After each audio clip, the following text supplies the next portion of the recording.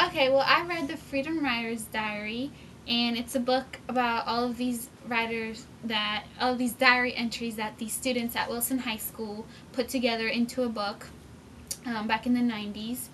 And basically, the book is about, well, these students are poor, they're from the projects, they are very mixed races, different races, and they're not very advanced academically. And basically, so this new teacher comes in, and it's her first year teaching, and she gets put in that class with all these kids who are just kind of thrown in there, and it's a remedial English class, and no one believes in them. They think that there's no future for them. They think there's no hope for them. All the teachers have just given up on them. And she pretty much comes in and takes over and just really gives them a hope for a future, and just turns them into completely different people than when they first started.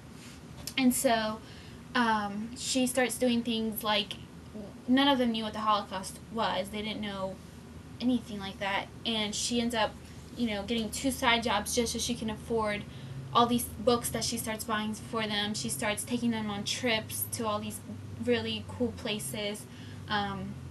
She called one of the people that helped, or the lady that helped hide Anne Frank, and she came to meet them in the class, and they ended up getting articles in newspaper. These freedom writers end up getting all this attention for what they're doing, and I really like it because she just really showed what it means to be a good teacher. And of course, with some students that no one believed in, but she did, and these students ended up exceeding way more than she would have hoped for, or they would have thought.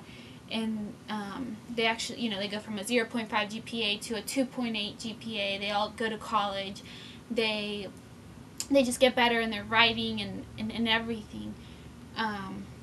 And it's just really inspiring to see a teacher who really cares, and who truly did it for them, not because of her job. Obviously, she didn't even have the money, but she did it for them.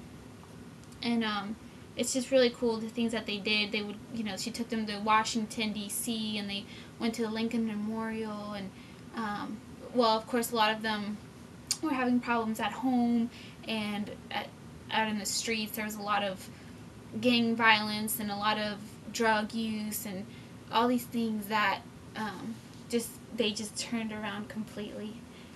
So yeah, I really like it. I encourage anyone who's wanting to be a teacher to read it, and to see what it really takes to be a good teacher.